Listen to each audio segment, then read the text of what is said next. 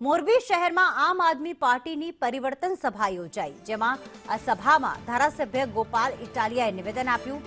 તેમણે કહ્યું કે ભાજપ ધારાસભ્યનું અધિકારીઓ સામે કંઈ જ ચાલતું નથી. મોરબીમાં ગેસના અને કોલ ગેસના ઘણા બધા પ્રશ્નો છે. ભાજપમાં 20 ધારાસભ્યએ મુખ્યમંત્રીને આ અંગે રજૂઆત પણ કરી છે. રજૂઆત કરી હોવા છતાં કોઈ જ ઉકેલ આવતો નથી. પાયલ ગોટી સામે પણ ખોટી ફરિયાદ દાખલ થઈ છે. સાથે જાહેરમાં સરઘસ કાઢી તેનો તમાશો બનાવવામાં આવ્યો હતો તેવું પણ ગોપાલ ઇટાલિયાએ કહ્યું, અને ત્યારબાદ ચોપડામાંથી નામ જ કાઢી નાખ્યું.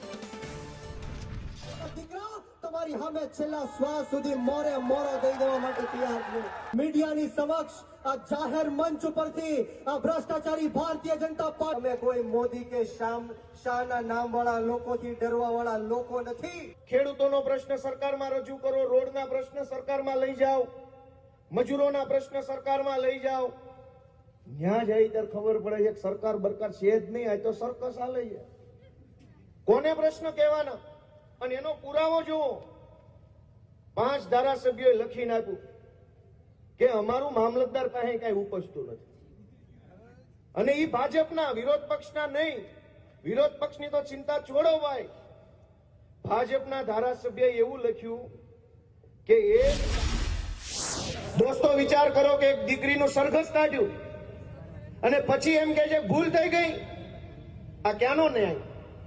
કોણ અહીંયા એવો માણસ બેઠો છે અને ભાજપનો કયો એવો પેજ પ્રમુખ છે જે સહન કરશે પોતાના ઘરની દીકરીનું સરઘસ નીકળે અને પાછળથી પોલીસ એમ કહી દે ભૂલ થઈ ગઈ? આ વ્યાજબી વાત છે લોકશાહીમાં? અહીંનો કયો માણસ એવું ઈચ્છે કે મન ફાવે ત્યારે ભાજપના કહેવાથી એફઆઈઆર, ભાજપના કહેવાથી સરઘસ, પછી કીધું જવા દો તો કે ભૂલ થઈ ગઈ? દોસ્તો, આ વ્યાજબી છે કે ગેરવ્યાજબી? મને તમે કહો તો ખરા. આવી રીતે એને કોર્ટમાં લખીને આપ્યું ભૂલ થઈ ગઈ, તો તમારા સરઘસ કાઢ્યું એનું શું? તમે એના રિમાન્ડ લીધા એનું શું? જેલમાં પૂર્યા એનું શું? અને વાત આટલેથી નથી અટકી. એફઆઈઆરમાં કુલ 4 આરોપી હતા. એમાં પાયલબેનના કેસમાં કોર્ટમાં લખીને આપ્યું ભૂલ થઈ ગઈ છે ભાઈ, આનો કઈ પુરાવો છે નહીં. બાકીના 3 આરોપીને લખીને આપી દીધું કે આ બીજા 3 જે આરોપી વધ્યા છે એનું નામ પણ ભૂલથી આવી ગયું છે ને એની વિરુદ્ધ કઈ પુરાવો નથી, એનું નામ કાઢી નાખજો ને અમે અહીં કાઢી નાખ્યું.